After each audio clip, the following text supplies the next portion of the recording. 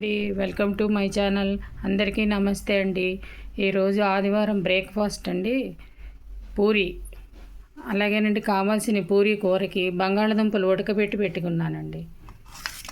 అలాగే ఉల్లిపాయలు, పచ్చిమిరపకాయ, ఆనియన్స్, శనగపిండి నానబెట్టుకున్నానండి. అలాగే పోపు గింజలు. పూరీకండి నూనె కాగుతోందండి. పూరికి నూనె కాగుతోంది. కూరకి పోపు వేయిస్తున్నానండి. వేగిందండి. కరివేపాకు, అలాగే ఉల్లిపాయలు, క్యారెట్, పచ్చిమిరపకాయలు.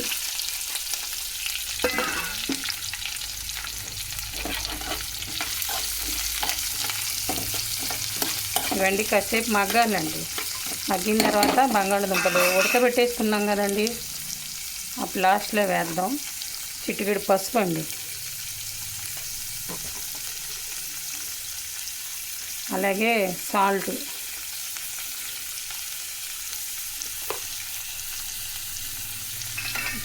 వేసి ఒక నిమిషం కలిపెట్టి మూత పెడితేనండి మగ్గిపోతాయి. మగ్గిన తర్వాత బంగాళదుంపలు, శనగపిండి కలిపి పోస్తేనండి పూరీ కూర చాలా బాగా వస్తుంది.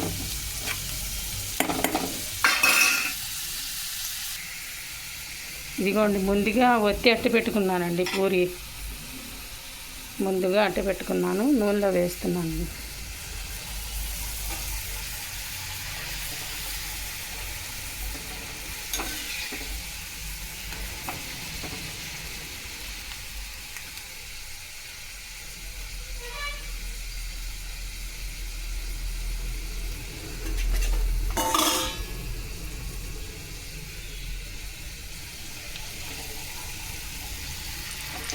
చూసారండి, పొంగుతున్నాయి చక్కగా.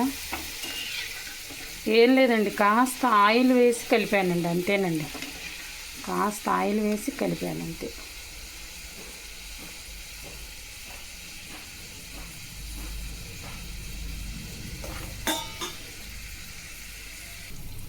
చూసారు కదండి, పూరి చక్కగా వచ్చినాయి. చాలా బాగున్నాయండి, మెత్తగా స్మూత్గా ఉన్నాయి. అలాగేనండి, ఉల్లిపాయలు కాస్త వేగినాయండి. ఎక్కువ వేగక్కర్లేదండి, కాస్త వేగితే చాలు.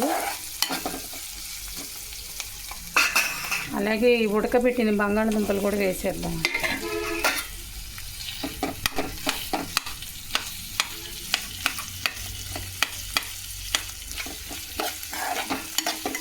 వేసండి, ఒక్క నిమిషం మగ్గిన తర్వాత ఆ శనగపిండి పోసేసుకోవడమేనండి.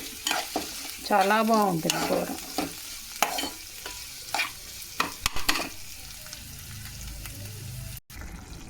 ఉడుకుతాను చూసారు, చక్కగా ఉడికినాయండి, అన్నీ బాగా ఉడికినాయి. అలాగే ఈ శనగపిండి అండి కలుపుకుని పోసుకోవాలండి. లైట్గా పసుపు వేయాలండి, ఇందులో శనగపిండిలో లైట్గా పసుపు వేయాలి.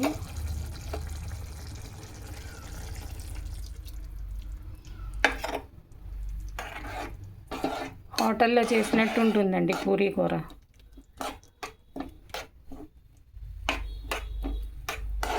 చాలా బాగుంటుంది.